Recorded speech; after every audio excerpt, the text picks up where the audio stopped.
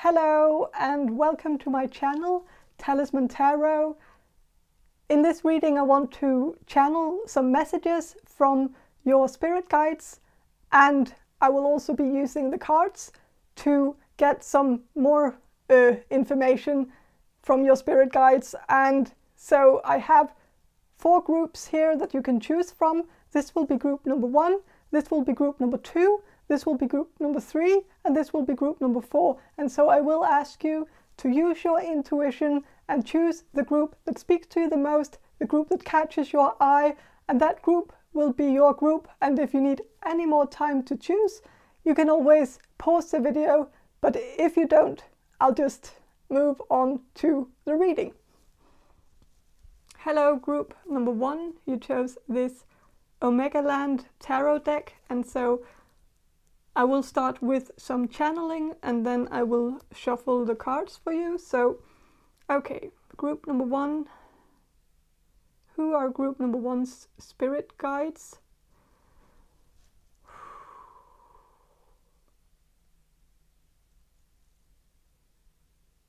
Okay. So, I think this might be a grandparent or a great-grandparent. It could be a male, but it could also be a female who had a job that was considered more masculine at the time.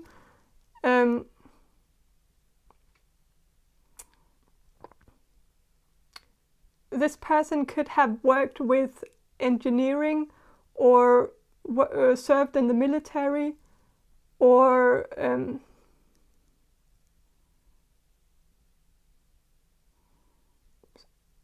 something like that.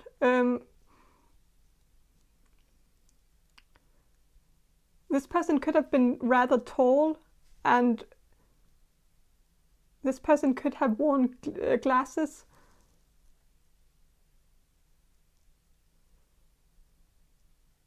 Or sunglasses. Maybe this person wore sunglasses a lot.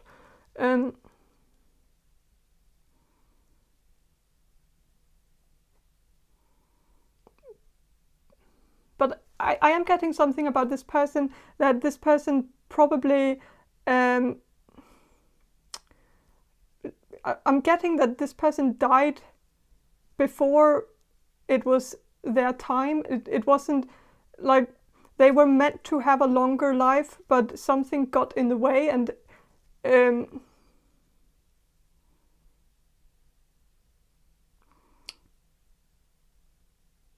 so yeah.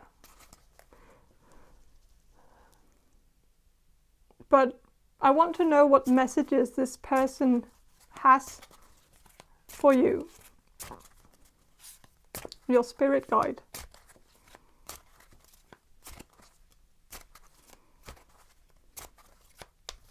What message does group number 1's spirit guides have for them? Or this one spirit guide have for them? For group number 1. Okay, King of Cups. So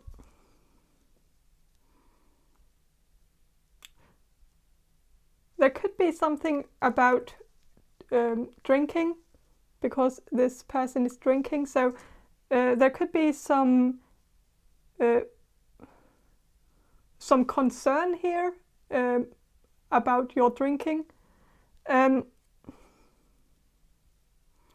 if it's not drinking, it could be some kind of addiction that you have, that this spirit guide is concerned about. It could also be some medication that you're on, that this spirit guide is kind of warning you that that maybe it's not a good idea to be on this medication.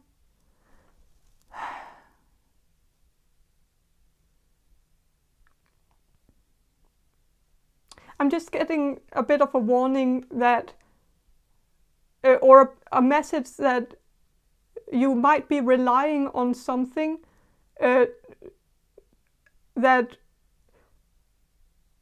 you might not need in your life. Like you might feel like you can't really function without this thing that you may or may not be addicted to, and that could be anything. Like it could also be some kind of medication, as I said before, that you take, and there's nothing wrong with taking medication, but if we start relying on that medication to function, then it, like, of course I'm not talking about like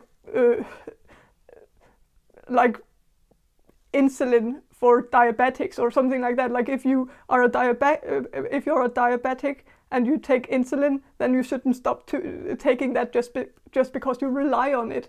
But I think it has more to do with taking medication for your mental health, and that could be a good thing, and it might help you a lot. And so you shouldn't stop. You shouldn't stop taking your medication if it helps you function. But it might be good to ask yourself the question, like if you rely too much on it to function, like if it could be a better idea to do therapy instead, like maybe not as a substitute, but maybe yes, as a more as like it's more that I'm not sure if I agree with the spirit guide, honestly. I think this, so I have a kind of a conflict here where I don't think it's a good idea to stop taking the medication that you are taking. I don't think that's good advice, but that's kind of the advice that I'm getting from your spirit guide, and I don't want to go against that advice. And so I'm going to share that advice with you, even though I don't think it's good advice, because of course the spirit guide probably knows you better than I do. But I feel weird about telling you to stop taking this medication. But that is kind of a message that's coming through, that maybe you shouldn't rely on this medication to function, because you can function well without it. It's kind of also saying that you shouldn't take medication in order to adapt, to adapt to the world, in order to function in the world. Maybe there's something wrong with the world and not you.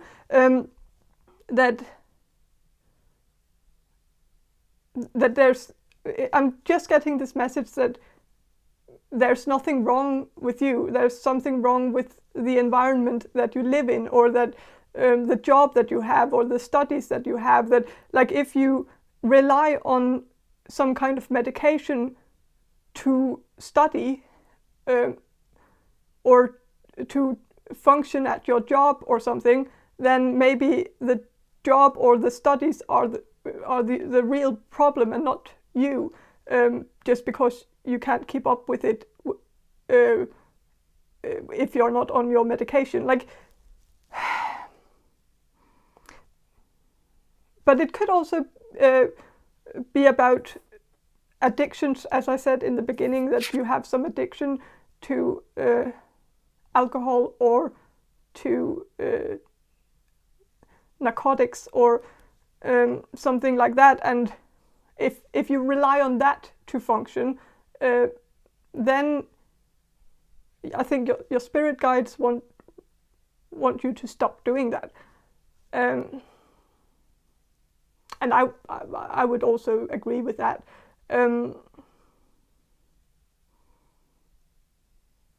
So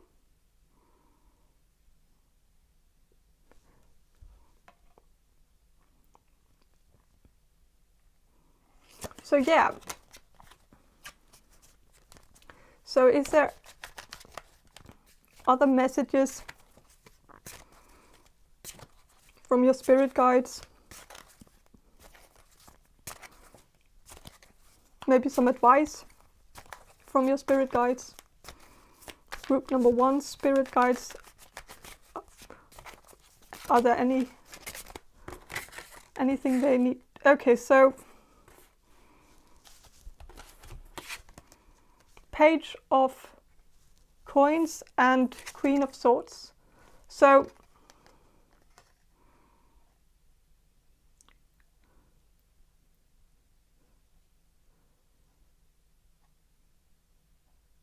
I am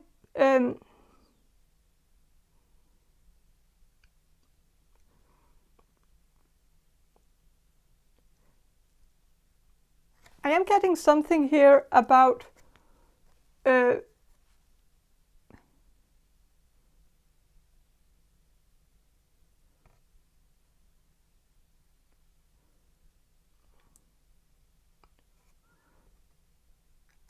you needing to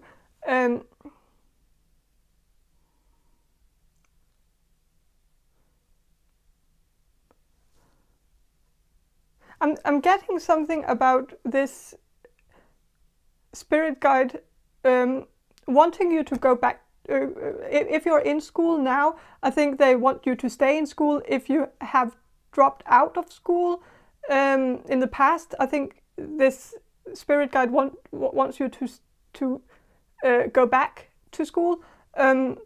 But so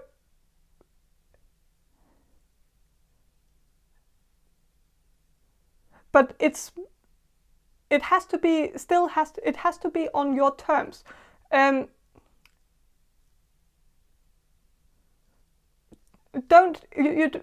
is some kind of message here that there are some opportunities that you are blind to, that you don't see. That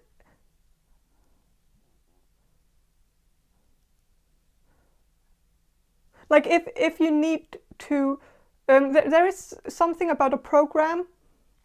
This is maybe specific for one of you, but I'm going to say it anyways. So it's maybe a message for one of you, but yeah, that in your past, in your previous school, or in the school that you're in right now, take what resonates. There might be a program where you can take the education with a longer time frame than usual.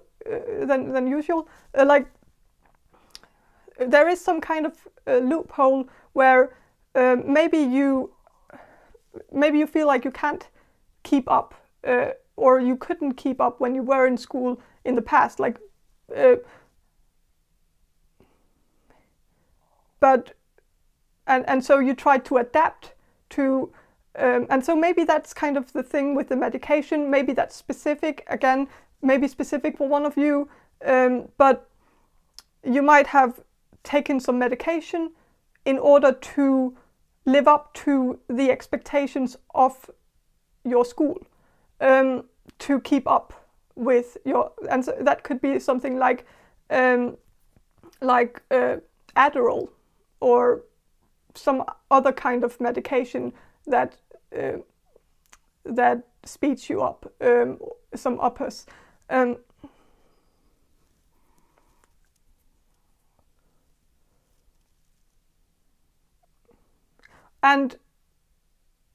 I'm getting that you shouldn't try to, I'm getting this message that you shouldn't try to change yourself in order to fit into the education system, that there are ways where you can prolong the education, where you can make the education fit you instead of trying to fit the education as it is now. And maybe maybe you know that this program exists, but you might be too proud to do this because you feel like you want to do it in the time frame as everyone else. And there could also be something, if it's not like the time frame of the education, it could be the time frame of the exams. Like there might be some kind of loophole where you can you can get extra time during your exams, like to do your exams, and you might not be. It's an advantage that you might be. You might be able to get that advantage, but you are not. There's something about how you're not using that advantage, and that you should be using that advantage. So sorry if that's specific for one of you, but I'm also getting that for others of you where this doesn't resonate, I'm just getting that you might be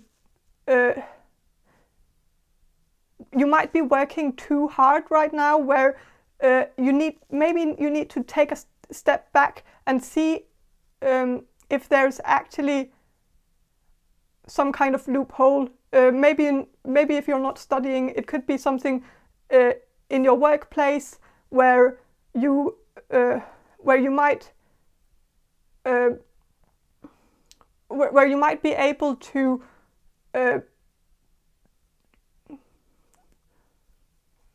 where there might be some kind of opportunity that you are not seeing, that something where you're instead of where you might be working too hard and you might need to work smart and not hard. Like maybe there is a loophole in whatever you're doing, because right now you're just speeding up in order to fit in. Like you're doing too much work to fit in with the others or something. And I'm just getting that maybe you need to speed. You need to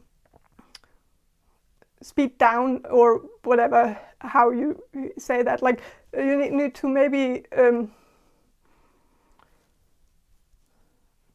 stop and think of what you're doing, and think about whether or not there might be a smarter way to do this. Like is there some kind of way that, like, some kind of opportunity that you're not seeing? And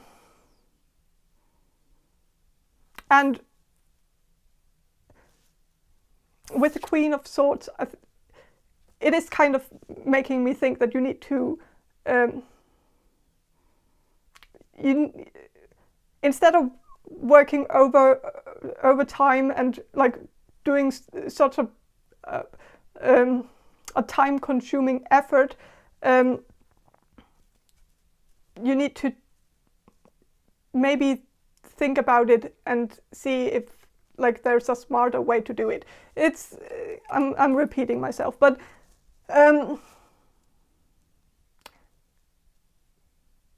there's also something about you maybe being in the wrong field right now. Maybe you've chosen the field that you felt like you should be choosing. Like maybe you felt some pressure from your parents or from people around you who cheered you on and made you believe that the decision that you made about your career, I think, that it was a good decision, and maybe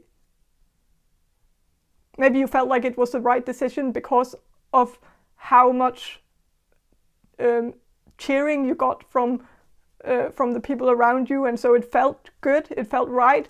And maybe your parents were also proud of you for making this decision. And so it felt right, but maybe you are doing something right now in your career right now where you are capable of doing what you're doing, but it's not completely within your strengths and talents. Like, you have other strengths and talents that you, like, if you chose to use those instead, then it would be much easier for you, I think. But I still think like the thing that you're doing right now, you're capable of doing it, but it's just like you're making too much of an effort, where you could choose another field where everything would just be easy and everything would just come naturally to you, and it would give you more space in your mind, where and you wouldn't be working as hard. But sometimes we have to make decisions where we have to do it the hard way, because working hard will, of course, have a bigger payoff in the end. And choosing the easy way out will often not give you that big of a payoff. And so maybe it's a good thing that you're that you're doing something that's hard, but maybe think about like doing it the easy way, or doing something that's easier for you. And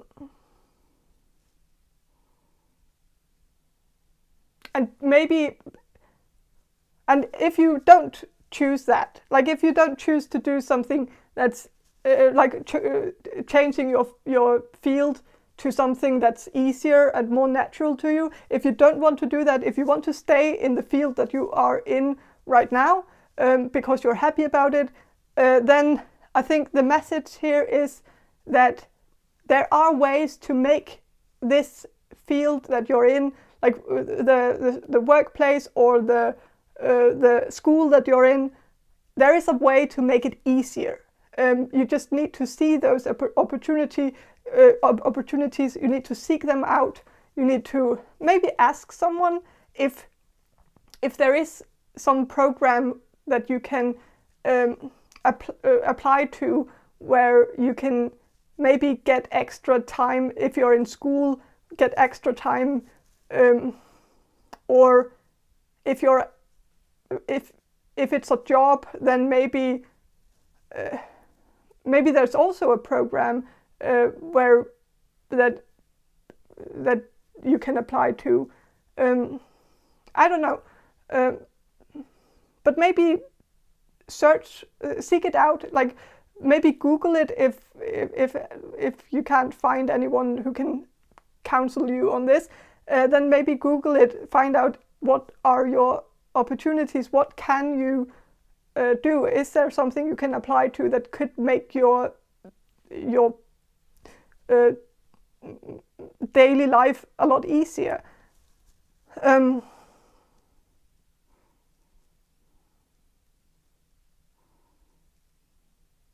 Yeah. There might also be something about fundings. Like if you're struggling financially right now, maybe you don't have to struggle for that much. Like there might be some kind of like you might be able to apply to some fundings or something from the state or from something like. So maybe check that out, because maybe you are missing out on some money that you actually can have. So yeah.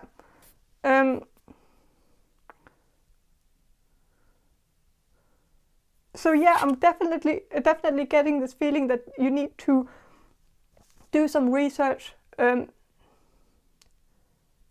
and seek some knowledge or seek some information. I mean, or seek some guidance from a guidance counselor or something where you can find out what your opportunities are. So it's just like I'm getting this feeling that there are ways that there are certain things that you can apply to that would help you. And if you don't apply to those, you might be missing out on some help. But it might be specific for one of you or a few of you, so I don't know. But 6 of coins reversed. So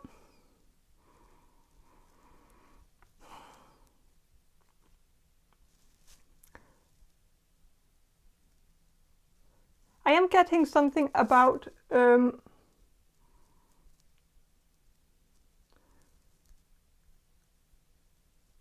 something from the past that you might need to let go of. You might have some nostalgia about something from the past right now that you are thinking of revisiting. So, like, if you dropped out of school in the past, you might be thinking right now of joining the school again, like, and that's kind of also what I said, so that makes sense. But maybe this card is also saying, like, maybe you should go back to school, but maybe not that particular school that you were in before. Maybe you should start studying again, but maybe not the thing that you dropped out of, because maybe you dropped, like, maybe you dropped out of that school for a reason, and so maybe that reason is still a good reason today. And so maybe even though you have changed as a person since then maybe the school hasn't changed. Like, you might feel like you wouldn't drop out if you started that school again now, but maybe you would, because the school hasn't changed, even though you have, like, but that maybe you weren't really the problem to begin with, and so maybe you feel like now you've changed and now you fit in better, but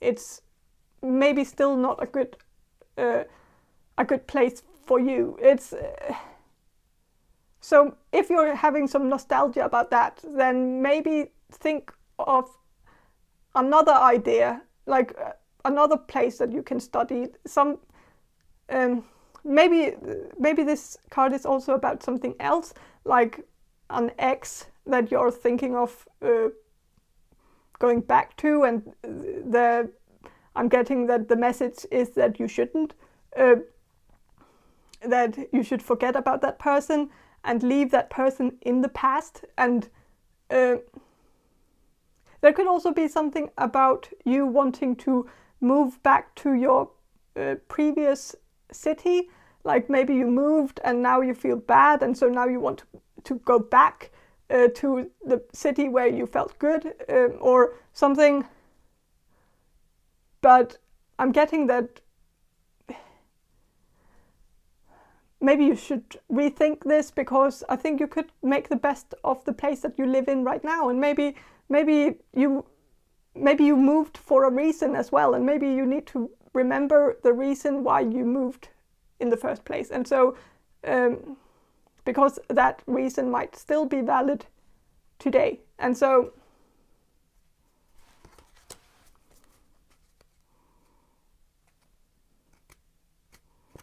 yeah, there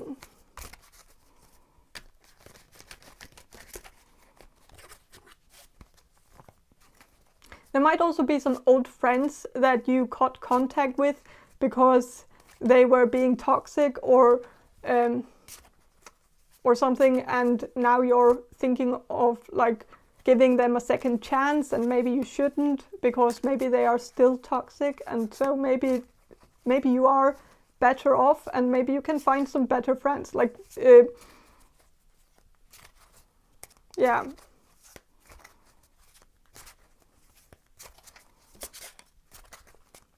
So okay, so I want to see if I can get some more advice from your spirit guides.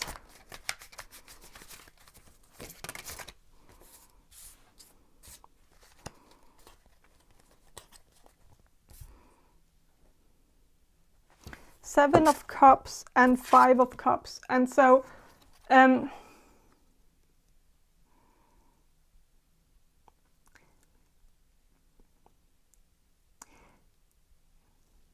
with the Seven of Cups,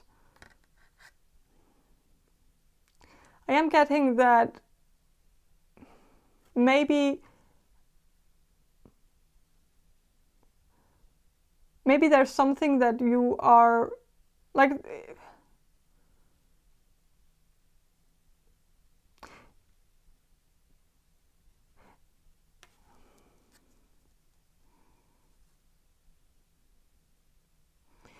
maybe you are romanticizing something in your mind, like especially from the past, like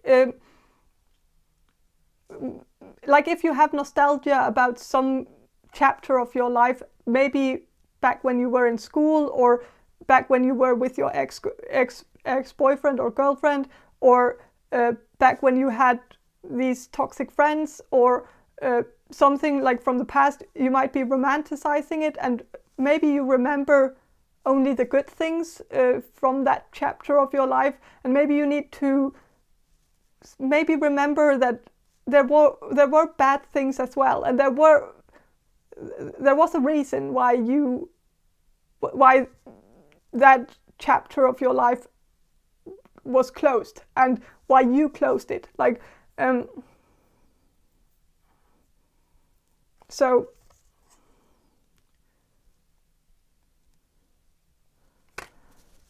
with the Five of Cups, I am also getting that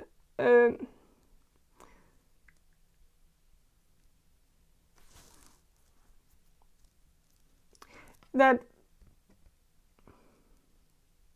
maybe letting go of this thing from the past, that the addiction that I talked about in the beginning, maybe a way to get rid of that addiction could be to get rid of the chapter in your life that you feel like you're missing right now. Like you might feel a bit empty now, and you might be thinking that you made the wrong decision back then by dropping out, or by ending that relationship, or by doing that thing that ended that thing. And you might be thinking that it was a bad decision, that your life would be better now if you had made a different decision.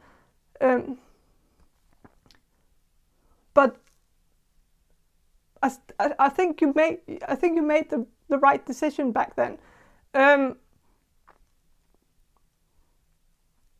And so don't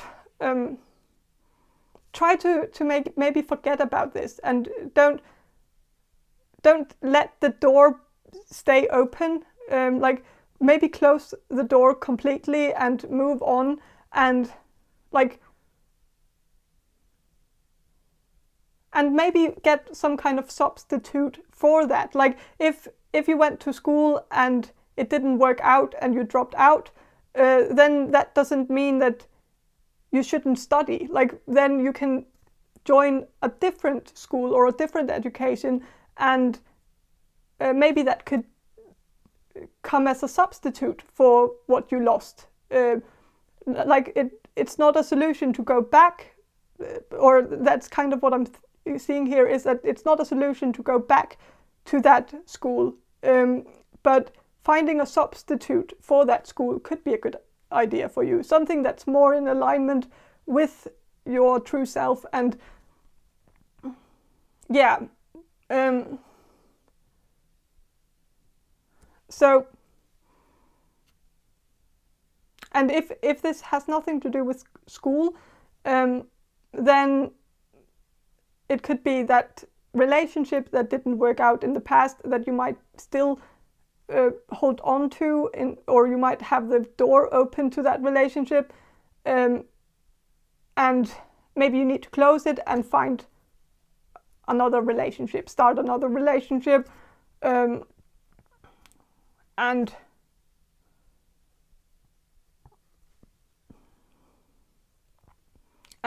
like find a substitute. Whatever you have nostalgia towards right now, whatever you feel nostalgic about, it could be anything really. Try to don't think of going back to that. Instead, try to find a substitute, because a substitute would be healthier, because there is a reason why that thing ended, and even if you didn't end it, like if it ended naturally without your interference, then it still ended for a reason. It was divinely guided that this chapter should end, and so finding a substitute would be healthier, I think.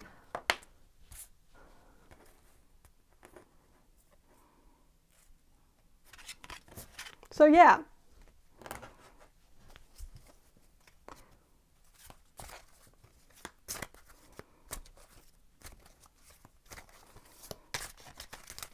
Is there any other advice?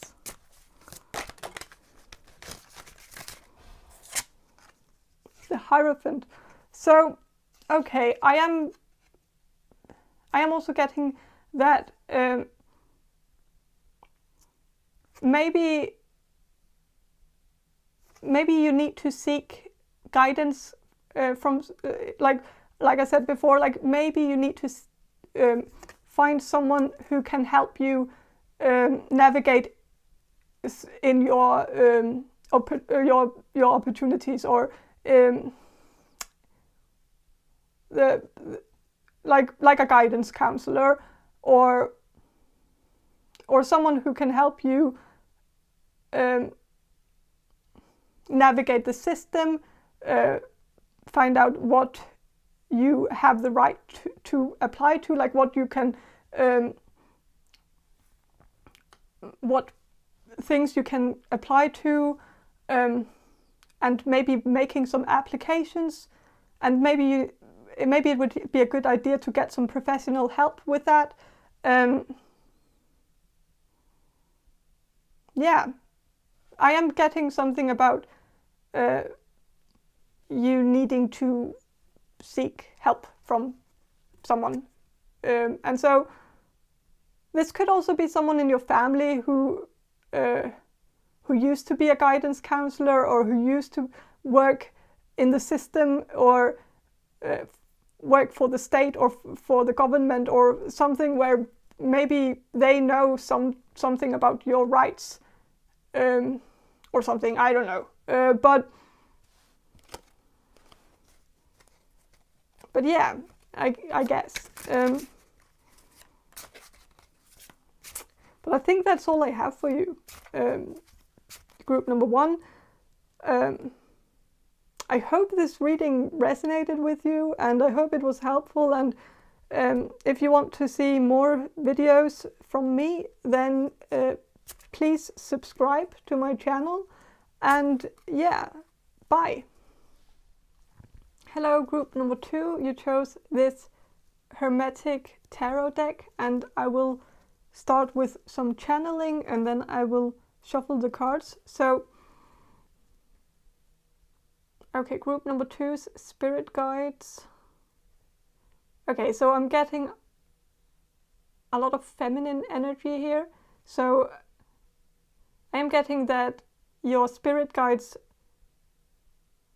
are female. There could be a goddess here as well. A lot of feminine energy.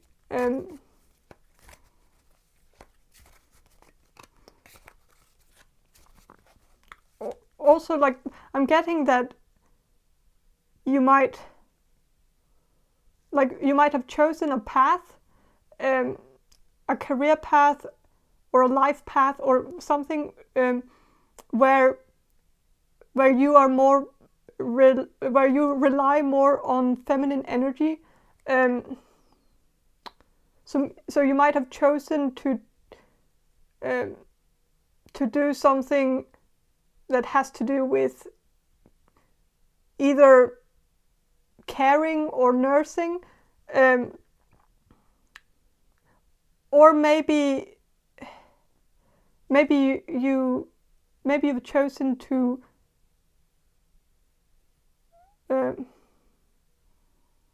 do something that has to do with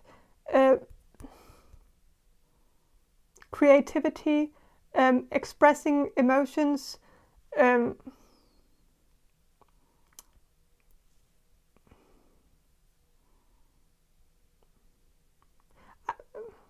I'm also getting something about spirituality.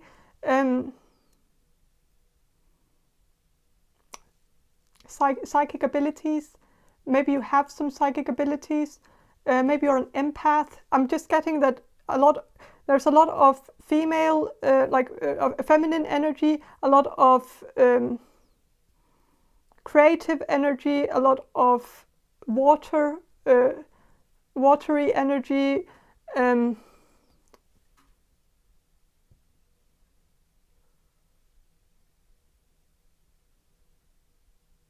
So I think this devotion that you have towards doing something that has to do with feelings and emotions, that has kind of attracted feminine spirit guides to you. Like we get the spirit guides that we need. And so you have been more in need of feminine energy, and so therefore you have gotten feminine spirit guides. So I'm also getting something about writing. Maybe you have some kind of project where you're writing something, expressing your emotions through the written word, or through poetry. There's also something about maybe some of you have had a traumatic experience that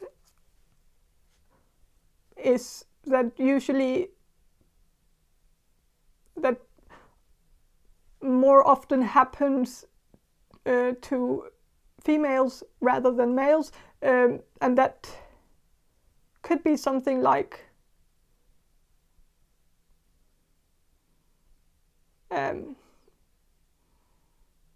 sexual harassment, or rape, or something where some of you might have chosen to do something, or you're thinking of doing something like writing about your trauma, writing about your experiences, and in doing so you are helping a lot of other women by sharing your story. And so I think your spirit guides want to help you with that. They want to be of assistance, maybe because they experienced something similar in their lifetime. So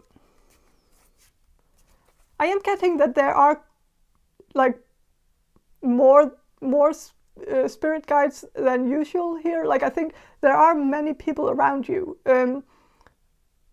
and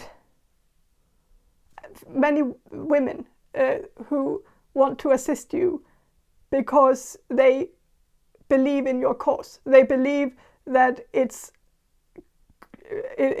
good to assist you because what you're doing, the project you're doing, whatever you're doing right now, your spirit guides can see that it's a good, that it will be helpful to a lot of women.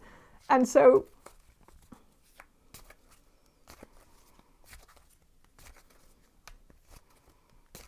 yeah.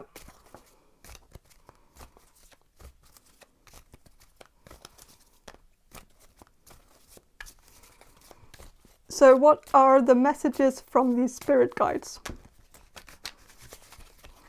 What are group number 2's spirit guides?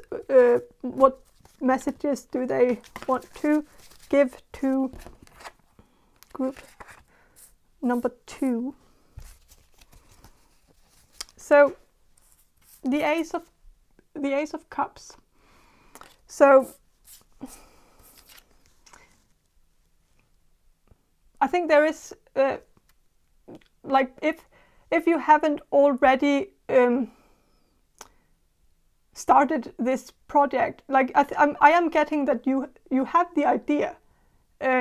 Many of you already have the idea to create something, write something, or start something that has to do with sharing your experiences or expressing your feelings or something like that. And you already have that idea, but you might not have put it into motion yet. And I think your spirit guides really want you to put it into motion. Like, you don't feel like you are not ready for it, or that you need to do some more research, or you need to do something else that's more productive, or that maybe this won't lead anywhere, so it's a waste of time. And or maybe some of you are like having this as an idea, but you might not, some of you have lost hope on actually materializing it, manifesting it into reality. And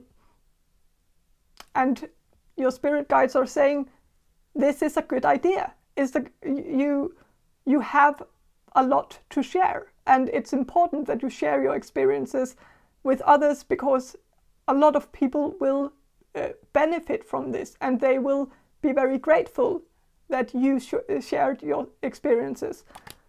So there is no risk here. Like, you might feel like there's a risk that it, like, if it's a book that you're thinking of writing, you might feel like it's a risk to take.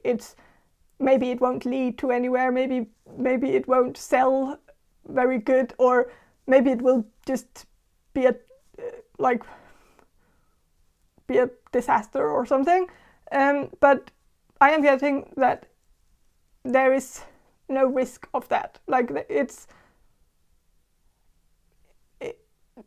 I think most people will be happy about this, and they will be able to mirror themselves in your stories and in your experiences, and it will resonate with a lot of people, and yeah, I think people will genuinely be grateful and thankful. And so I think it's a good idea to start working on this. So with the 5 of Cups reversed, I think you are probably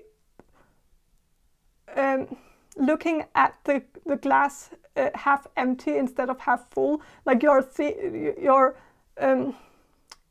and maybe you're also looking at yourself that way. Like you're not seeing the greatness within yourself. Like you're not seeing how much of a gift, like how big this gift that you have really is. Like if you have a gift of writing, I think it's much better than you think it is. Like you might be a bit oblivious to your own talents and gifts. And so I think there is something about you needing to see your own greatness, like and believe in it, and also realize that you're not completely alone in this. Like your spirit guides have your back. So if you start writing a book, there is really no risk involved, because you're not writing it alone. You have the assistance of a lot of spirit guides around you who will help you make this book a good book. So you're not writing it alone, and so yeah. But also remember that you are guided. You have people who have your back, but also just remember that on your own you are also really good. Like believe in the fact that you have a good way of expressing yourself, and you also have a good story to tell. I'm pretty sure that you have. And so on the story on its own is already good. And so just believe in that. Believe that it will turn out good, and it will be a success, and believe in that, because it will be. And also remember that success, success is a like, maybe like, even if the book or whatever project you're thinking of, like if we say it's a book, take what resonates. But if we say that this thing that you're thinking of doing is a book, then even if it doesn't become like a bestseller, even if it only gets read by 100 people, or something like that, like that will feel like a failure, maybe. But remember that there's still 100 people who enjoyed it, possibly, and who got help from it. And so even if you, sometimes it's not about the quantity, but about the quality. Like sometimes it doesn't matter how many people you reach, as long as you reach the right people. And so the spirit and like God works in mysterious ways. And so sometimes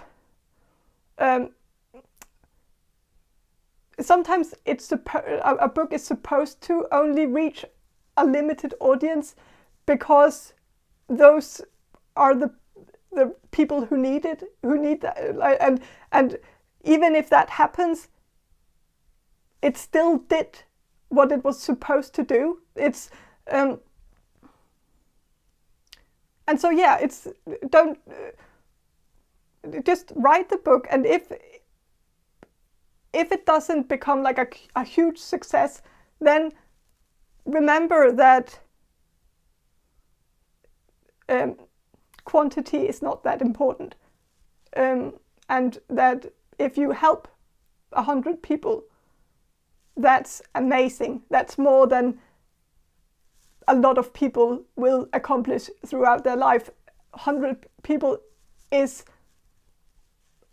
an amazing number of people.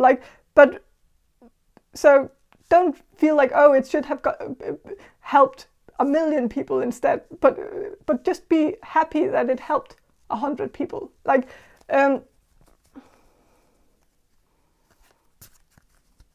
And that it touched 100 people. So yeah.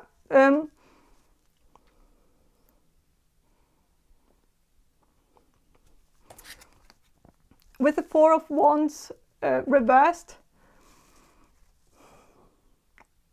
I am getting that this card here says perfected, Lord of perfected work, and it's reversed. And so I think many of you are perfectionists.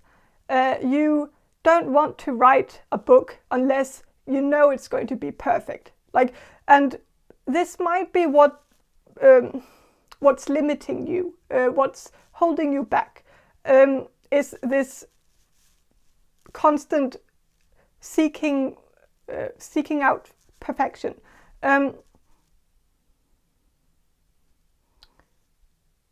Because what is even perfection?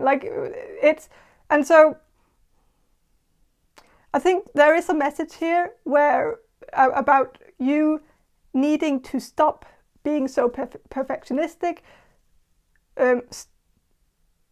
maybe let go of the idea of making something that's perfect, or that's amazing, or that will be groundbreaking, and like writing a bestseller. No writer has, there probably has been one writer or a few writers, but most writers don't write a bestseller in as their first book. It's kind of unattainable, unreachable. It can't. It's a very big goal to have that is very unrealistic. No one can do that. No one can write a bestseller as their first book. And so you can think right now, this. I'll give you an assignment right now. Think of your favorite author right now, and pause this video and Google this author and check all this author's books, and look back in time, their first book, find their first book, and see if that book was a bestseller, and even see if the first 10 books that this person wrote was a bestseller, because very likely this person didn't write a bestseller until the 11th or whatever book. It's so many people, we have to try, and we have to try and fail, and that's how we reach perfection, is by trying and failing a number of times, and then we will find finally reach perfection. But we need to have those trials beforehand. And it's also one other thing, like people who write a bestseller as their first book, also maybe Google that, because I think I haven't Googled it, but I think if you Googled like people who wrote a bestseller as their first book, if you can find any information about that on the internet, then I think a majority of those went downhill from there. Because when you write a bestseller like as a first book, then you can't reach, like you can never really live up to that, and it's a lot of pressure, and they are kind of doomed to fail in the next book and the next book, and like so sometimes it's better to do it to just fail in the first attempts, and then perfect the work, and then fail again, and perfect the work until you reach the sweet spot. But so yeah, don't. What I'm saying is, I know this is cliche and all of that, but failing is not a bad thing, and sometimes it's a good thing to fail, because when we fail, we learn something. Like and so that's how you reach perfection. And so being perfectionistic as a new writer is not going to lead you on the right path, because it's too much pressure for like your first book to hope for perfection in the first attempt. It's so that's all I wanted to say about that. So with the Princess of Wands reversed, so I am getting that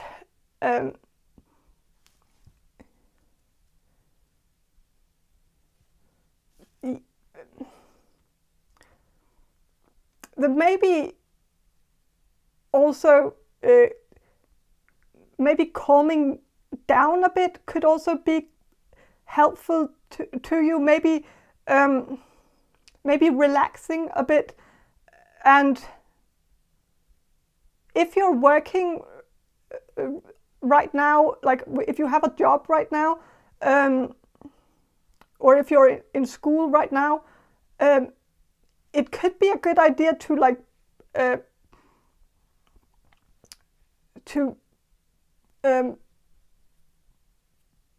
lower your workload in some way. Try to see if you can, like if you have a job, try to see if you can work part-time so that you can actually have time for this project here. Or if you're in school, maybe lower your own expectations for yourself, like when it comes to your studying, like maybe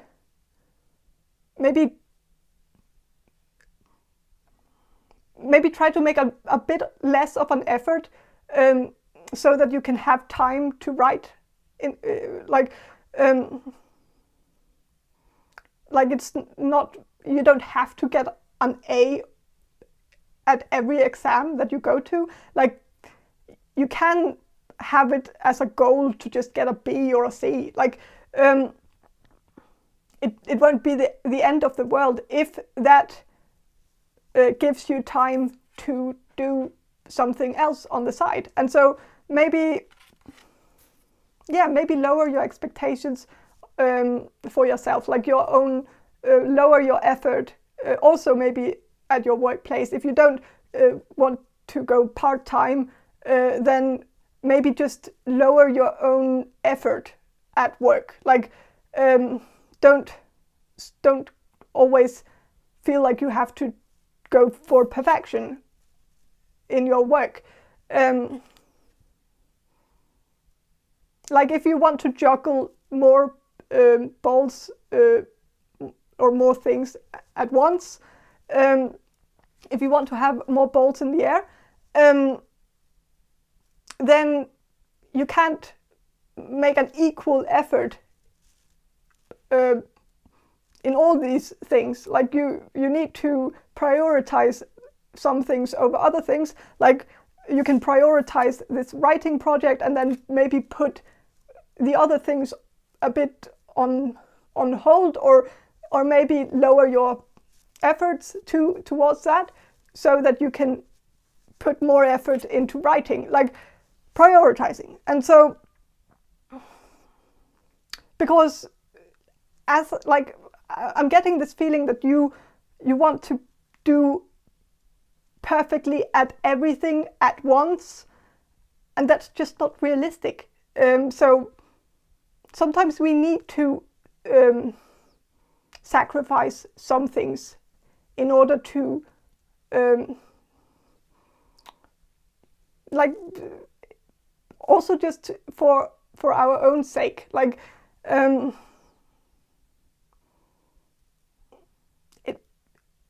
it just seems like you're getting unnecessary stress because you want to be perfect at everything.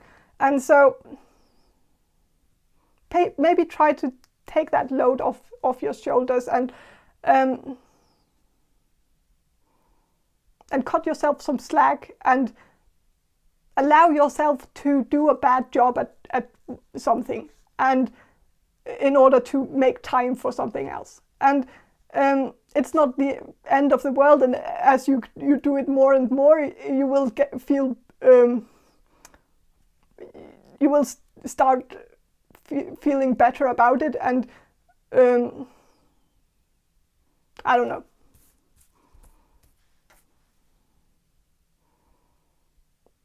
But yeah, but I am getting this strong feeling that your spirit guides are pushing you towards doing some creative project, using your feminine energy, also sharing your experiences and expressing your emotions and feelings. And you're also doing it for your spirit guides who maybe didn't have who didn't have a voice to do that in their lifetime. I am getting that your spirit guides are some females who maybe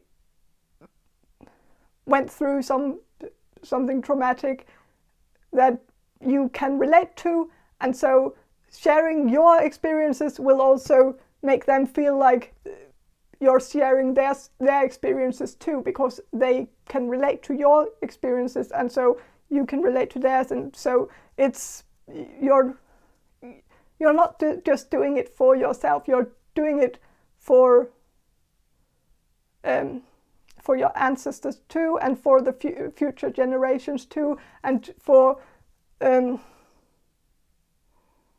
sharing awareness about something. So yeah, I'm pretty sure that this is important.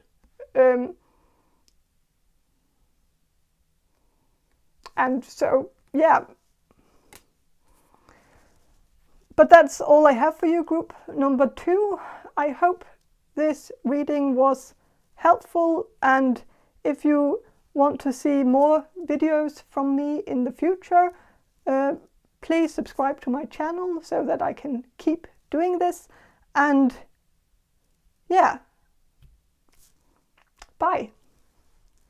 Hello, group number 3. You chose the Wonderland Tarot deck, and I will start with some channeling and then I will shuffle the cards for you. So okay, group number 3. I want to ask like who your spirit guides are. And so okay, group number 3. Who are group number 3's spirit guides? So I am getting something about a child here. There could be a child who could be your spirit guide. So I don't know if you lost a sibling or someone in your family who passed away as a child, miscarriage, or I'm just getting that it's a child. And this is kind of weird, but this is maybe specific for one of you. This is very weird, but it could, this child could also be yourself, who's your own spirit guide.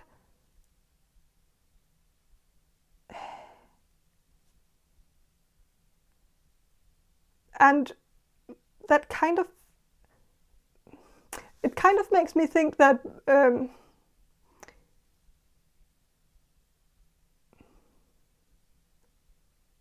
that maybe you have detached yourself from your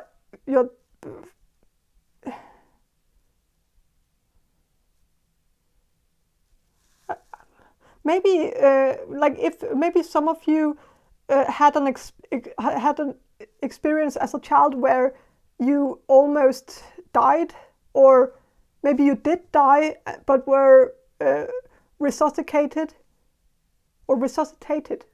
I never know how to pronounce it. I'm sorry. But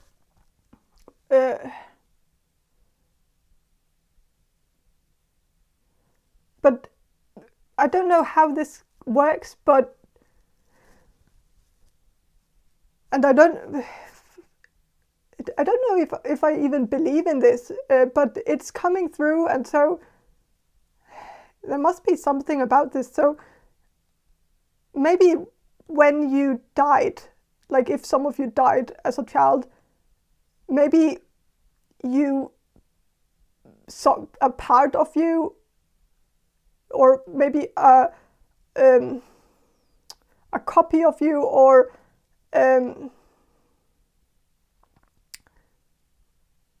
what's it called? A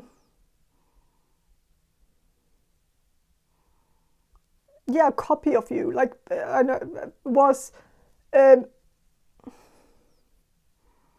made on the other side, in the spirit world.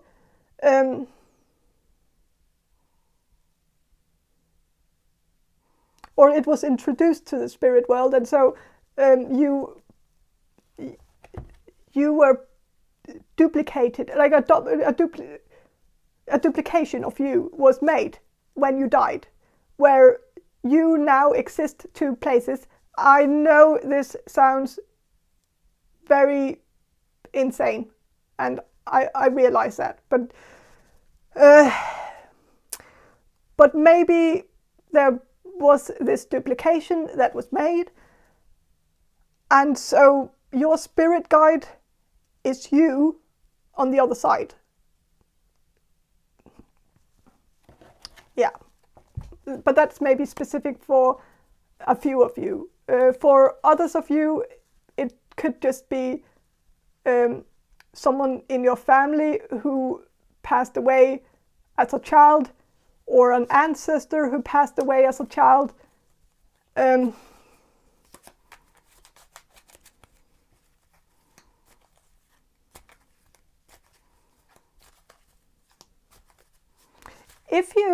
There is something here that's coming through. If you did die as a child, but was resuscitated, or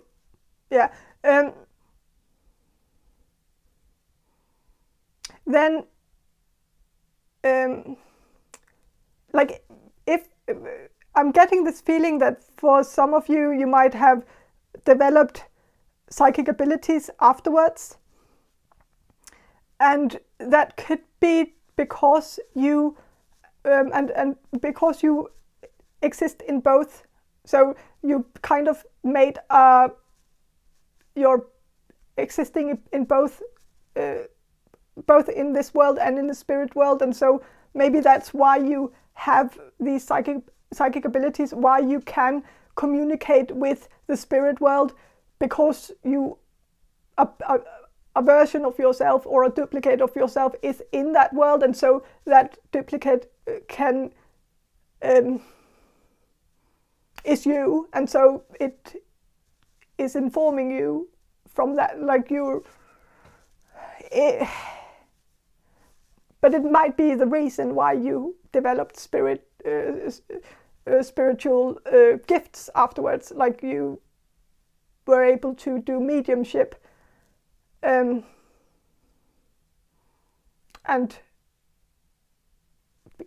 be psychic and communicate with spirits.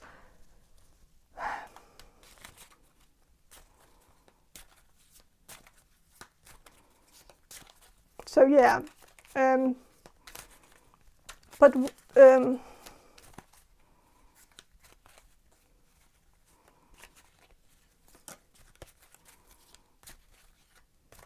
I am also getting that you might be in need of inner child healing, and so maybe if your spirit guide is not yourself, if you didn't die as a child or like something like that, if you didn't experience that, and that doesn't resonate with you, and if it's a relative of yours that died from an early age, or died at an early age, I mean, if that resonates with you more, then I think the reason why that person is guiding you, the reason why they are around you and being kind of an archangel to you, archangel, sorry, but that is because, like, you get the spirit guides that you need, like the spirit guides that get attached to you, or you are meant to help you with something. Like they are providing you with something that you need. And so if your main spirit guide is a child, then that's probably a hint to the fact that you might be that you might need to heal your inner child, and that you need to work with your inner child, and that you probably detached from your inner child, or something traumatic happened in your childhood that made you detach.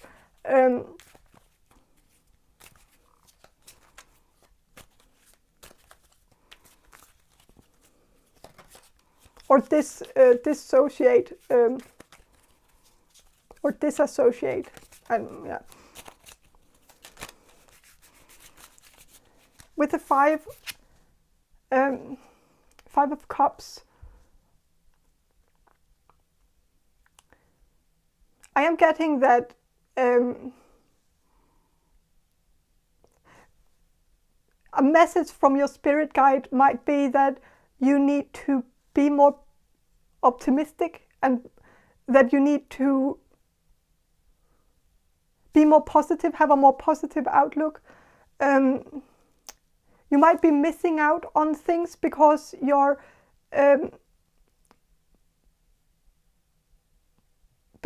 either too pessimistic, or because you're too stubborn in your ways. Like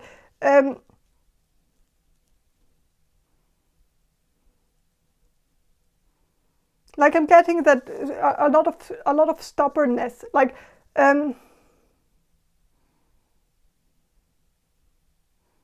not wanting to do something out of stubbornness.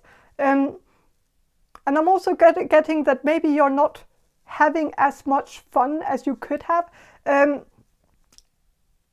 I think this spirit guide that you have, they really want you to loosen up. They really want you to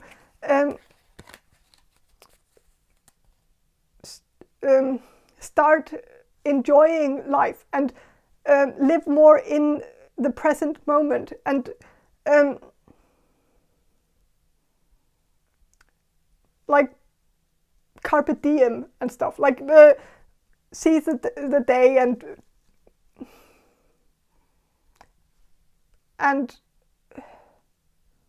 don't worry too much about what other people are thinking about you. That's kind of also what's coming through, is that you might not be dancing at parties because you're afraid of what other people think of the way you dance, and so you stop doing that. And you might have some stubbornness about that as well, like, oh, you don't dance. Like maybe you have said that a lot of times, that you're just not the type of person who dances. Like you don't want to dance, and so you're kind of stubborn about it, and so you're not really giving it a chance. Like and I'm just getting this feeling that your spirit guide just wants you to start having fun, start doing things even though you look ridiculous while doing it, just because it's fun to do. Like try to find back to that childish joy, where like try to remember those memories of yourself as a child, back when you were carefree, back when you would just dance like nobody was watching. Like try to find back to that person that you were as a child before that traumatic thing happened in your life, or before whatever happened that changed you and made you stop enjoying yourself and made you afraid of enjoying yourself. Maybe there's also something coming through here about some shame that you might have towards enjoyment. Like maybe you feel ashamed when you show happiness, when you show joy, when you express joy. Maybe someone made you feel that way. Maybe this started in your childhood. Maybe the loss of, like if you lost a sibling. This is very specific for one of you, but if you lost a sibling in your childhood, then your childhood home might have been very there might have been this shadow that was lingering over your childhood home that made everyone feel very sad, and very, of course, because of this huge loss, of course they felt sad, and you felt sad too, but it might have made you feel like you had to be sad, like you were not allowed to be happy, because if you were happy, that would, or if you expressed openly the feeling of happiness or the feeling of joy, if you expressed that openly, then you might have felt like your family would think less of you, that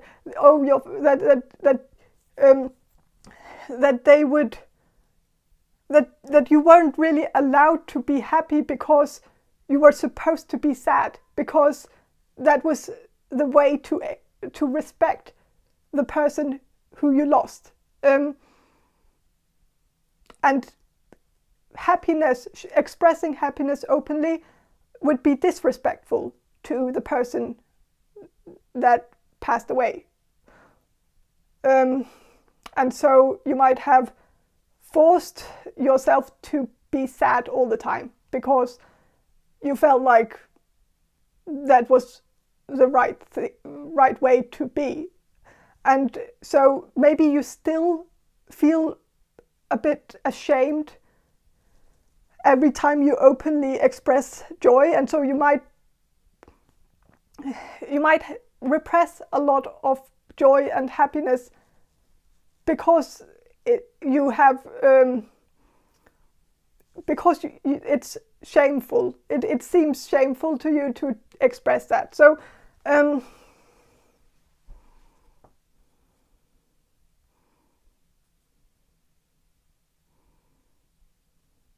if this is not like a loss, it could be anything, like anything that happened in your childhood that made you feel like you couldn't express joy openly because it would be triggering to some of your family members or something. This could also have been like a parent of yours who had severe depression, and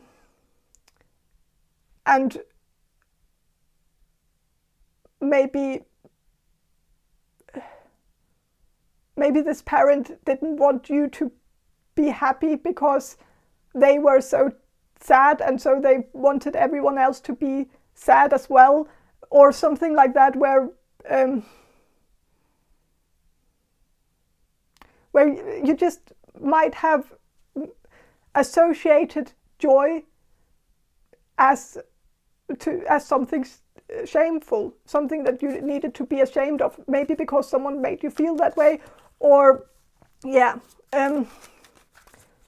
but I think you might need to try to express joy and try to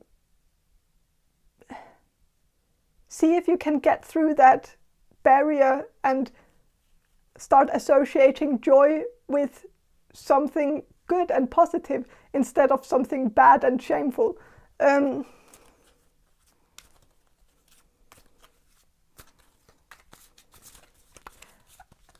And also prioritize your own happiness. Don't neglect your own happiness. Don't start prioritizing it. Maybe you don't make it a priority right now, but maybe you should. Maybe you should see it as something that you deserve. Like you deserve to be happy. You deserve to feel joy. And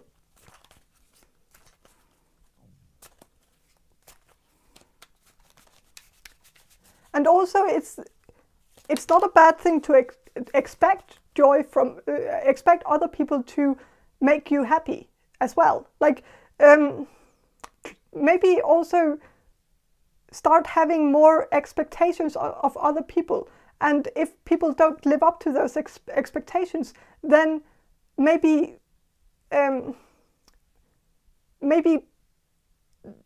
don't rely so much on them if they don't give you happiness. Like maybe expect more from your surroundings, from your environment, from people around you.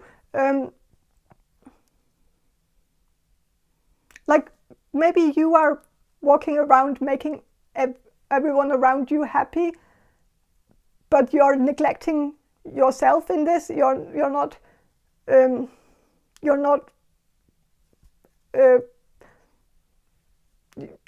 getting that same happiness in return from others. Like people don't make as much of an effort to make you happy as you make to make other people happy. And so maybe expect more, ask for more from people, and also maybe make it known to people what you like and what makes you happy, so that people actually can give you that. Like try to express the things that give you joy, that makes you happy, so that people can provide it to you. Like also in a relationship, like if you're in a relationship right now, maybe tell your partner what you like, so that they can do that to you that you like. Don't make them guess what you like, because they might not be able to do that. Maybe you expect, like, I think you should expect more from others, but maybe the problem right now is that you're expecting something from others, but you're not putting it into words. Like, you're not telling people what you need and what you want from them. And maybe that's because you're a psychic. It's kind of a normal thing that many psychics go through, where they don't really realize that they are psychic, and that's why they know what other people want from them, like what they can do to others to make them happy, and what other people need from them. And so and so they psychics usually sometimes expect other people to know as much as they do, and so they get disappointed when other people can't guess what they need. And so maybe try to express what you need and what you want, and put it into words, and tell people what they can do for you. And don't be afraid of doing that. Because I think most people would want to know that instead of guessing it. So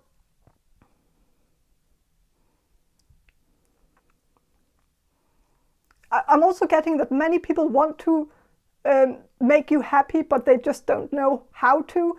And so it's important to express it. But if you then express what you want to people and say it to people, and then remember to have expectations that when you tell people what you want, that people will try to give it to try to make that happen. Like, and so still keep your expectations up, but realistic expectations where you've already told them what to do for you, and if they don't even try to do it for you, then you can tell them to go to hell, or to, like, then you can cut them out of your life. But give them a chance to actually try to make you happy by telling them what would make you happy. And I would think that most of the people around you would actually try to make you happy, and so they would try to do what you ask them to do. But the bad seeds will be very obvious to you if you actually express your needs and they just ignore them and just don't want to even try. Then you know who you can rely on and who you can't. And so, yeah, with the 10 of Cups, I am getting that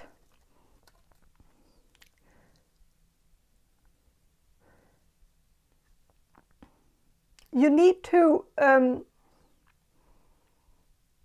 make demands. Demand things from people.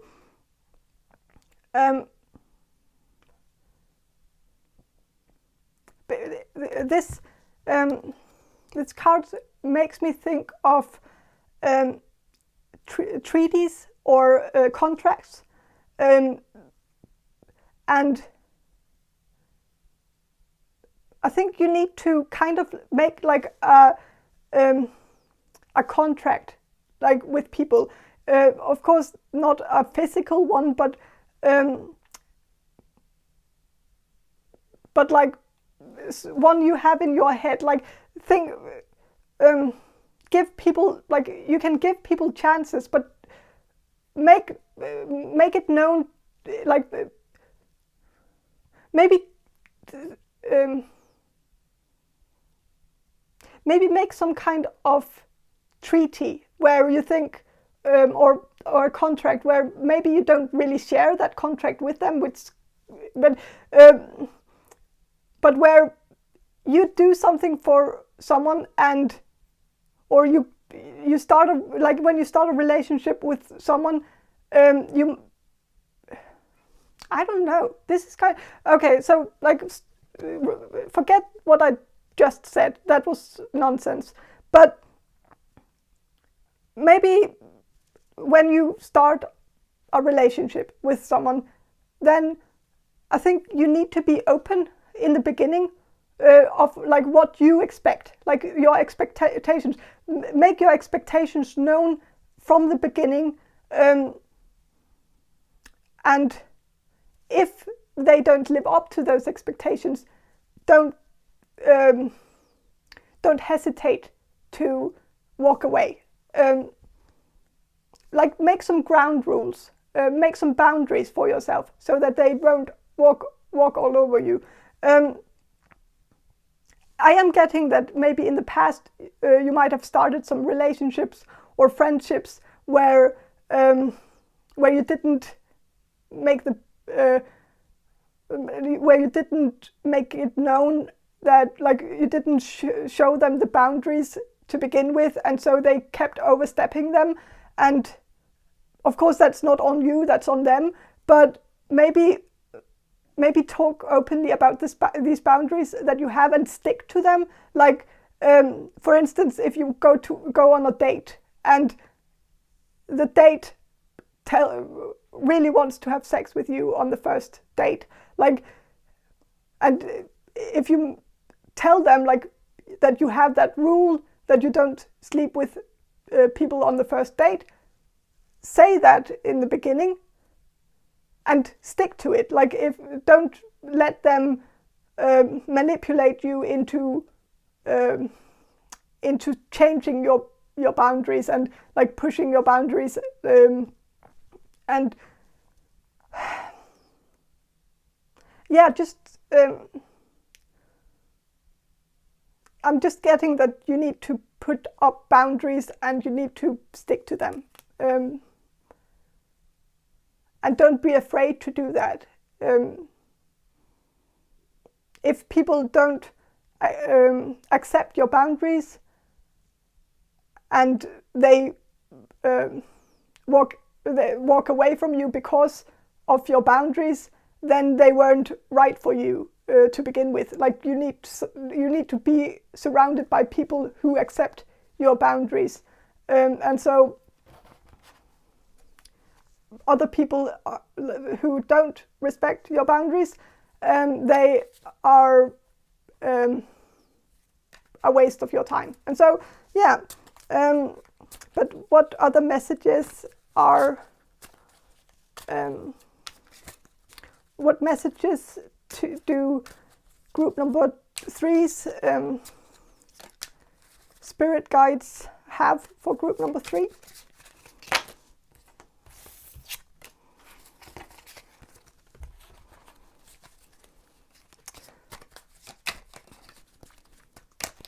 So with the Ace of Oysters, which is the Ace of Pentacles reversed, I am getting that don't think so much about money or financial troubles that you might have. Don't, like, if you are in financial trouble right now, don't overthink it. Don't waste time on worrying about it, because there will be a solution coming in quite soon. And so worrying about it is a waste of time. I'm pretty sure there will be a solution to this. And so and also don't focus so much on money, or like maybe some of you are doing something career-wise that you're hoping will make you a lot of money in the future. But I'm just getting that maybe that shouldn't be your motivation to do this. Maybe do something that is more in alignment with your true self, something that you have your heart in, like something where it feels right, where it's maybe also more fun. Like do something that's more fun. Don't do something that's boring, but that will give you a lot of money in the future. But if it's going to bore you for the rest of your life, it's not really worth it. And so maybe finding something that is more fun, and like maybe again think back to your childhood, your inner child, the child that you were in your childhood. Try to remember back to what you wanted to do as a child, like what your dream was back then, what you fantasized about doing, like because maybe that's what you need to do. Like what maybe the key to your success is to look back at what you wanted to do as a child, because that was maybe the pure fun-driven thing that you maybe should be doing. And just focus on enjoyment, your own enjoyment. Don't prioritize your joy over financial things. Like let your joy be the motivational factor. Follow your passion. If there's something you're passionate about, something that you could do for hours and hours and never get tired of, maybe think of what that could be and think of ways to make that a living.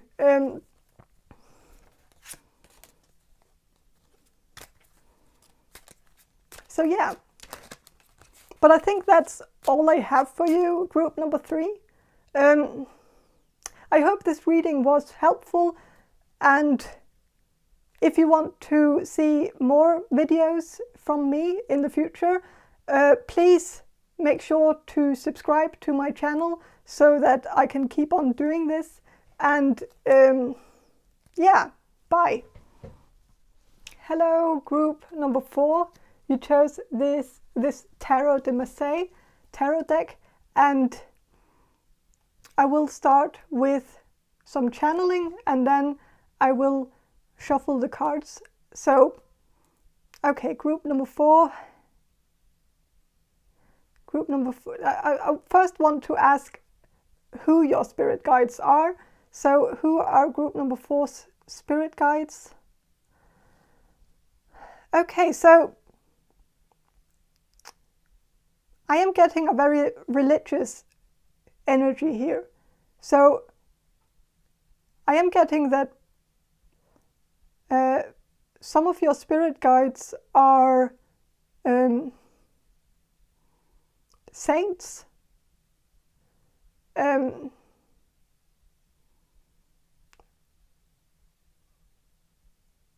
like religious figures, religious leaders,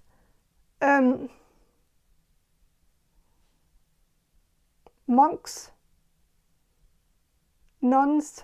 Like I'm just getting that in their lifetime they were devoted to some religious practice, and I feel that's general for all of you watching, is that there are some very strong religious figures here, And I think it's possibly because you are thinking of choosing a path that has to do with religion, or serving people through religion. And so I think like we get the spirit guides that we need. I think you have been given these spirit guides because they are supposed to assist you in this journey that has to do with religion. And I'm also getting that there are some authors here, some religious authors who wrote some religious texts in the past, and I am getting something about you, that you have been given some assignment that you need to do in your lifetime, and I think it has to do with religious texts. There is some kind of mystery in some religious text that you need to solve, or maybe you need to finish some religious work. Like there might be some religious texts or books that you need to finish. Like you need to work, like you need to continue the work, the religious work.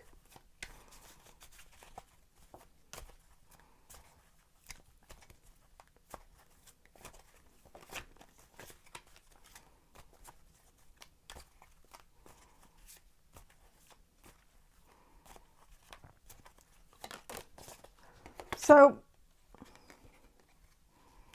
5 of Wands here. I think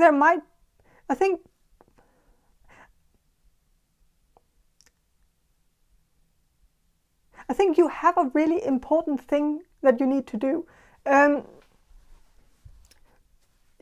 There is something that you need to change, and you have been given a really important assignment, like from birth. Like you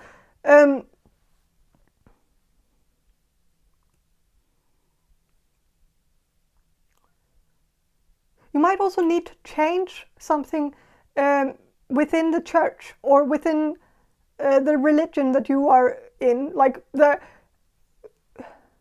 because of the 5 of Wands is usually some kind of conflict or fight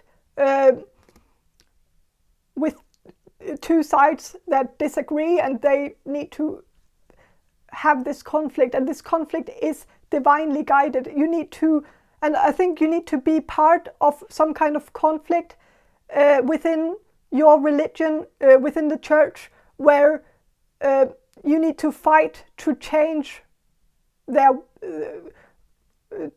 change something within the church. Maybe make the church more spiritual. There is some kind of uprising, a spiritual uprising, a change in the faith,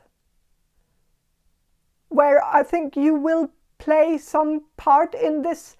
I am getting like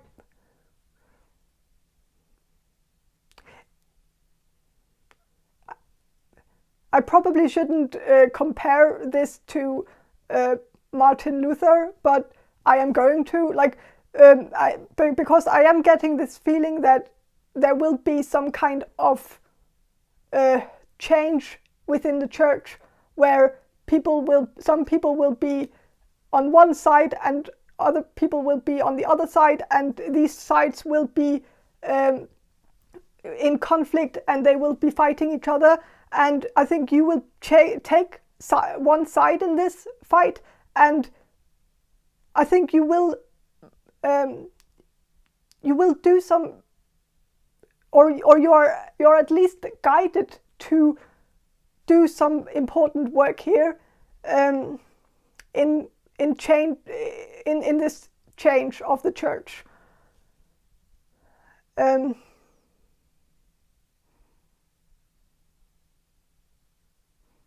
you might also be one of the first movers in this whole conflict, which sounds bad, but it's a good thing because this conflict needs to happen.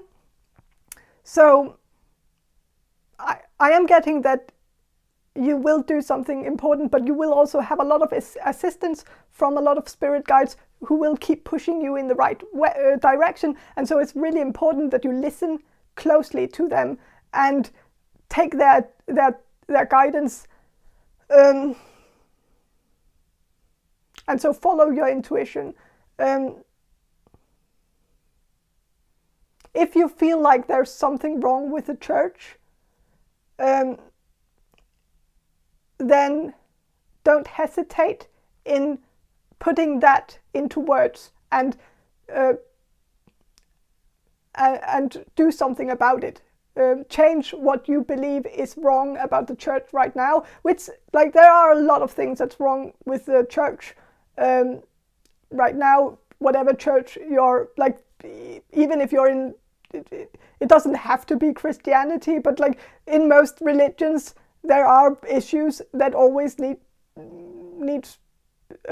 some first movers who can think outside the box and think new and maybe change the direction of the religion. And so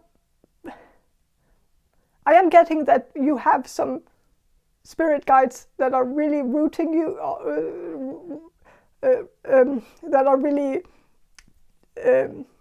cheering you up, and they really want you to do something major, something really, something that will change the course of something. And so I am getting that you have been, like, you have a very important assignment and you have a lot of assistance to do that assignment. And so you have a lot of spirit guides who are saints, who are religious leaders, who have been, you're surrounded by some great people who had a great influence during their lifetime, and who will be assisting you in changing the world as well. So yeah, like I think this is really exciting, actually. Like it really seems as if like you're really going to have an impact, and that's more than many people can say. Like so yeah, you're supposed to steer the pot. Like you're supposed to do something that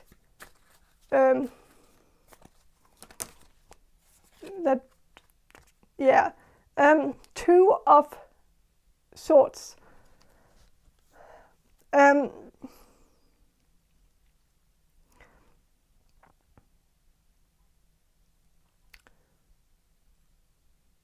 There is also something about some of you also needing to resolve some issue, some conflict.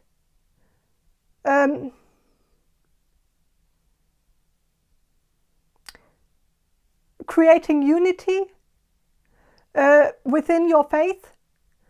So I was before talking about this split, that, and maybe the split, like the conflict, will not be like two. It's not a usual split, because maybe it's a split from the people who are already split, and then the people who are united. And so this could also have to do with creating unity. And so splitting things up in order to create unity. And that could, like, this is an example, because I don't know what faith you are in right now, I don't know, but an example could be that in the future, this is maybe I think this is very unrealistic, and I don't know if it probably will not happen within the next many years, but I was talking about Martin Luther before, and that created that split, where it split up into Protestants and Catholics, and that was a necessary split. But what would be even better would be if we could find unity between those two, and maybe that could be, like, for instance, something that would, like, it's very unrealistic, but if some people in the future gets together and wants to join forces and make the church even greater by stopping this separation and uniting into one great united religion, that would make us, that would make Christians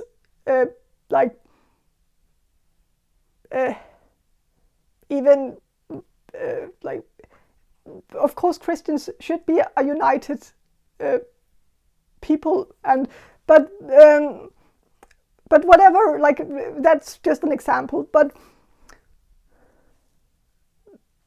I am getting that you need to be a part of some kind of conflict that creates union between religions, instead of splitting religions apart.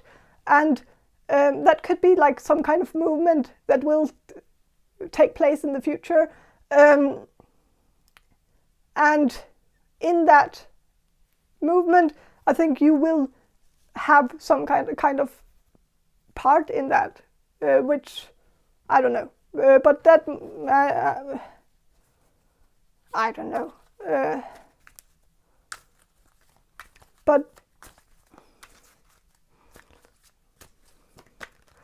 but what other messages do your spirit guides have for you? So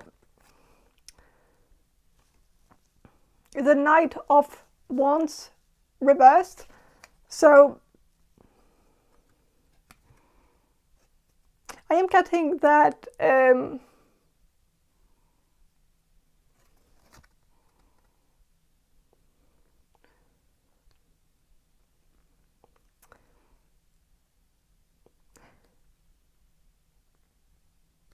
maybe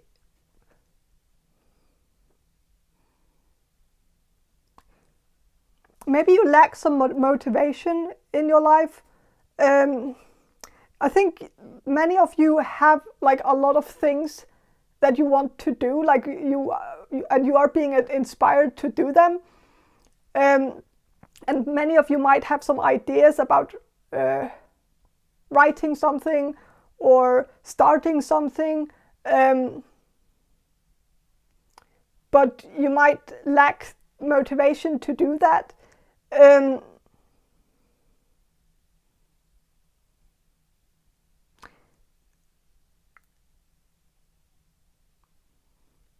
And maybe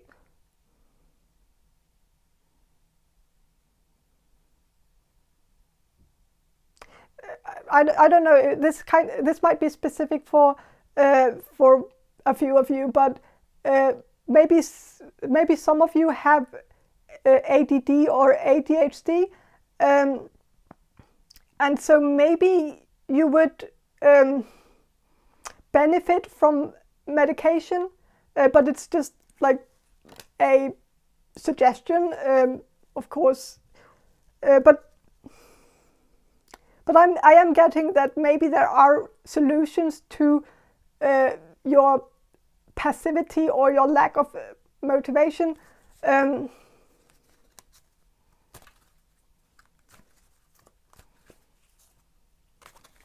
Maybe also going to therapy or cognitive therapy, where you could maybe work on yourself to become like a better version of yourself, or like not that you're not a good version of yourself, but like bettering yourself and becoming more a more active part of your own life, like finding your own activity, like your own way to activate yourself, and that could maybe come through. You might be able to develop that through cognitive therapy or some kind of therapy where you get some tools towards activating yourself. And I don't know.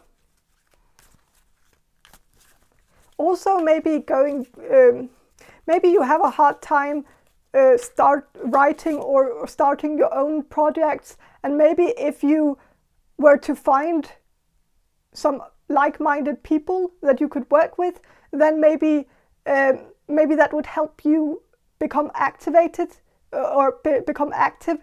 Maybe you need some other people to activate you. Maybe you're not really capable of activating yourself at the moment. And so finding some people who would activate you, or who you would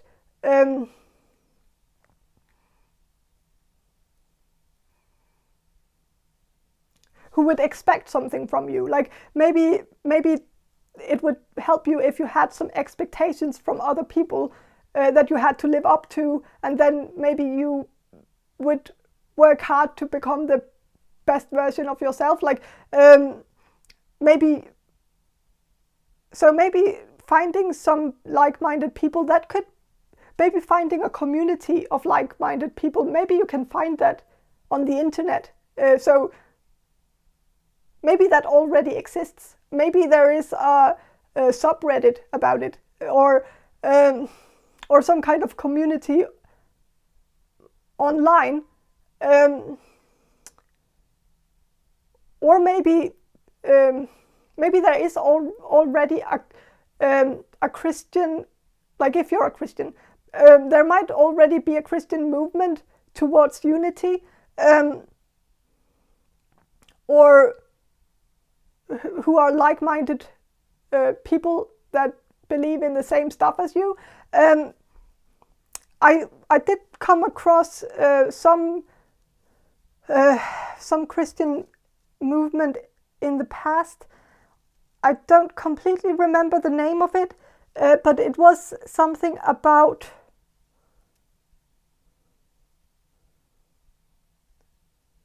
what was the name?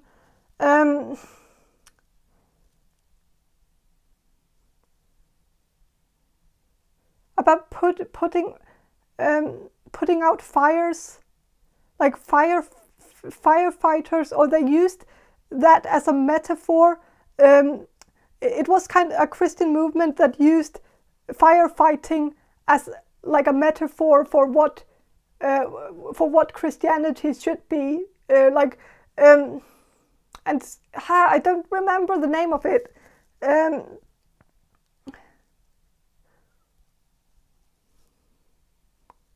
Oh, that's really annoying.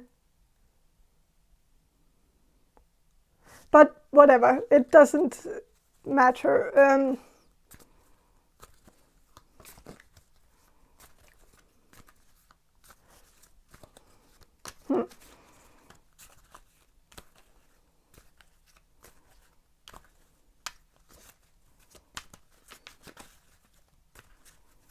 But yeah, so other messages.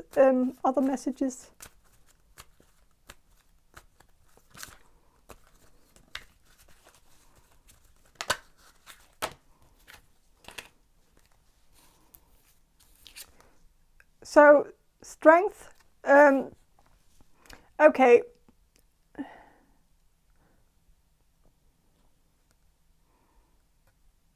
I am getting that there is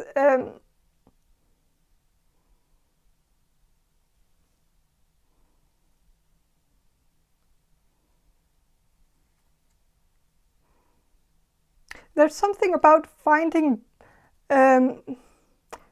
your inner fire. Like maybe you could also do some meditation towards activating your inner fire, or your that's in Hinduism.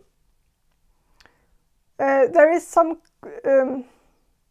so maybe some of you are Hindus, and even if you're not, then maybe you can still use this kind of meditation, because no one says that you only have to believe in one thing. But there is this meditation, this chant that is meant to activate the fire within yourself, to find your passion, to become more active. And so maybe that's exactly what you need to activate yourself. And I of course don't remember that either, but I think it was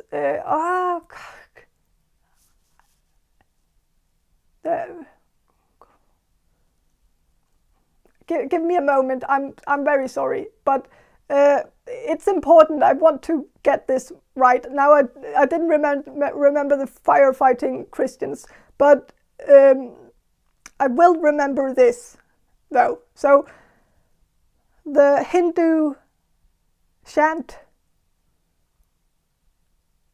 was cream, something with cream,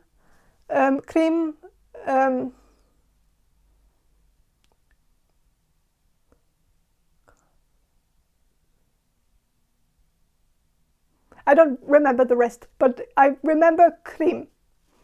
And that is one of the words in this this mantra.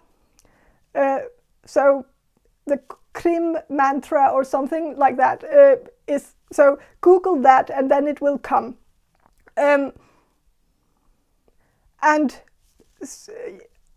on YouTube you can find that mantra, that is, and you can find it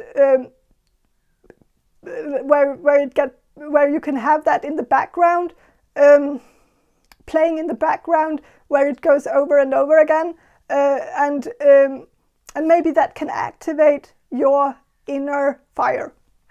So yeah,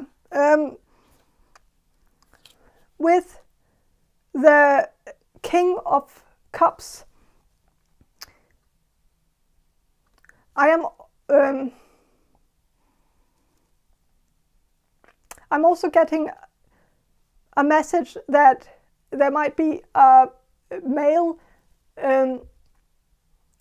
water sign, a Scorpio, Pisces, or Cancer in your life. And with the Six of Wands right afterwards, I am getting that maybe you need to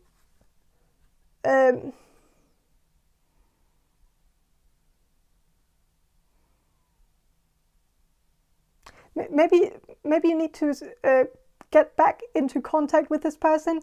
This person might be someone you lost contact with in the past, but I think it would be very beneficial for both of you if you started talking again, If this is an ex, like if you have an ex who's a water sign, I don't think you should go back to that person, but I think it's another person who's not your ex. Like, I don't think it's your ex. But this could also be a family member of yours, maybe your father or your uncle. And the thing is that I think there might be a family member who is possibly active in the church or who knows a lot about the faith, and maybe talking about this person would help you get a different perspective on your own faith. So this could be an uncle.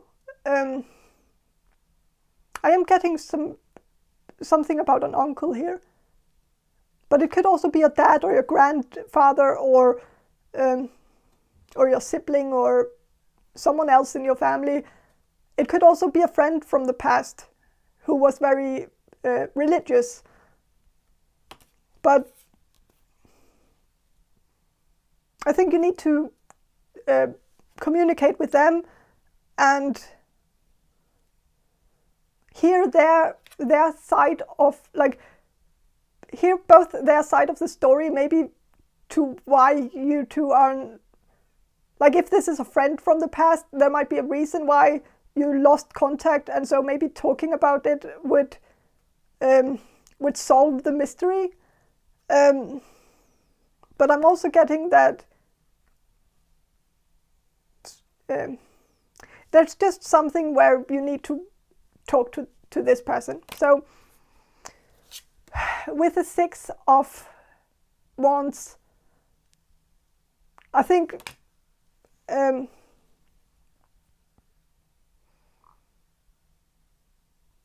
this person could also be a key towards a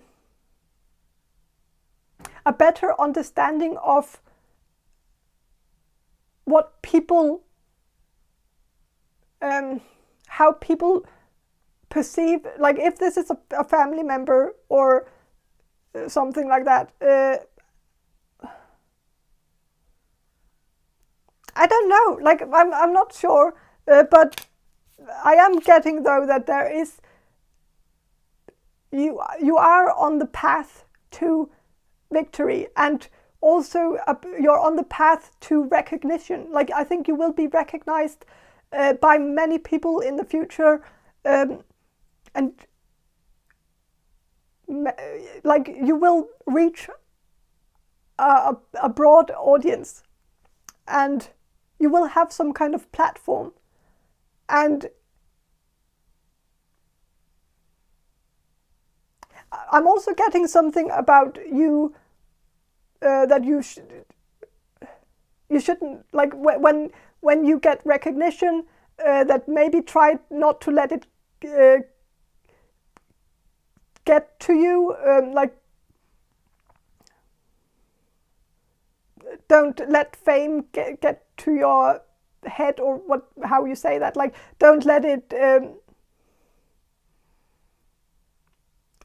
change you. Like I know that it might sound silly now, because you probably don't expect to get any recognition in the future. Maybe you feel like that's I don't know, but I think you will get recognition, and I just think your spirit guides are saying, like, don't let it get to your head, like don't let it change you as a person, and don't and try only to use your platform for good.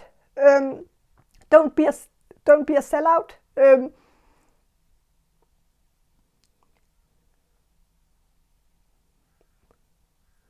Remember that you're doing something great, and also don't let other people's opinion change your work. Like, if you do something in the future, like if you write a book, or if you start something, an organization, or start something within the church where you want to start something for like-minded people, people who believe in the same things as you, or something like that. Or if you make a book, write a book about your beliefs or something, and it gets criticism, or if people start saying that they don't believe in that, or that you're wrong, or that, like, don't let that get to you. Like, keep believing in what you believe in. Like, don't let other people change your mind about it, and don't let them influence you into doing something different.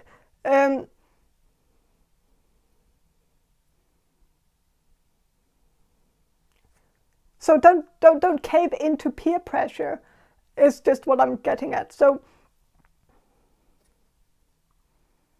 remember that you have the key. Like, you're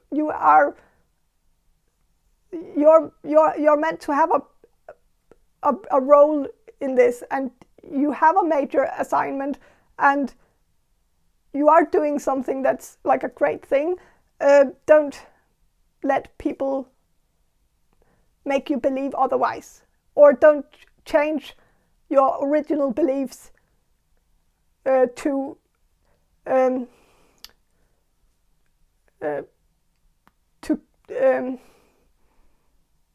make people happy. Like,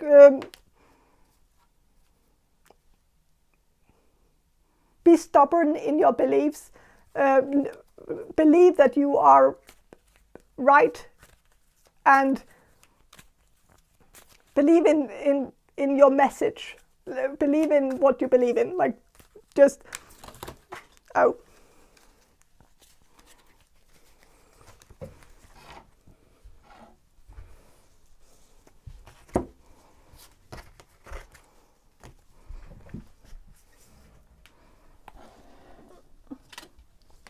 Okay, so this card here, it fell to the floor. And so whenever a card falls to the floor, I usually interpret that as something that you need to let go of, something that needs to be trashed, something that needs to be dropped to the floor. And that this card is the moon. And so I think you might have some concerns, you might have some worries, you might have some anxiety and some feelings of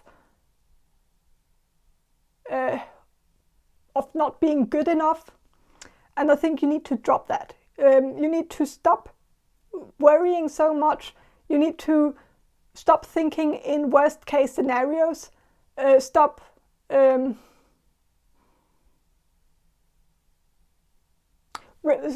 remembering that you are that you are the chosen one. Like, you are chosen to do something great. Like, you have been born to do a really important assignment, and you are supposed to do something that will change, maybe not the world, but you will change the course of something, possibly a faith, a church or something like that, where you will play a huge role. And so don't let your insecurities, don't let other people's opinions get you down. Because I'm also getting that, like, I'm getting the feeling that you know that you were destined to do something important. Like, and I think you've always felt that way, since you were a child, that you were destined to greatness. And maybe life has kind of put you down, and so maybe this feeling has fainted, not fainted, not fainted. Is it fainted? Like, it's, I think you know what I mean, but it might have, this feeling might have become less and less with time, because of course life has probably thrown a lot of challenges your way and made you feel like maybe you were not destined for greatness after all. And so maybe you lack a bit of that feeling that you had when you were younger. And I think you need to get back to that and get back to that feeling of don't let other people get to you. Don't let people put you down. Remember that you have always felt that you were destined for greatness, and there is a reason for that. And I think it is because that is what you are. You are destined to do something very, very important. And you have a lot of assistance to do that. And you have a lot of great people around you that are helping you and trying to guide you in the right direction. And like you have the A-team of spirit guides just around you to make sure that you do this groundbreaking thing that will change something, change the world in a way. And yeah, so don't worry too much. You are being guided, and just follow the guidance. Don't overthink things. Follow your intuition, and overthinking is like the death of intuition. So stop overthinking and just follow your intuition. Don't so yeah. But yeah, that's all I have for you, group number 4. I hope this reading was helpful, and if you want to see more readings from me in the future, make sure to subscribe to my channel so that I can keep on doing these readings. And yeah,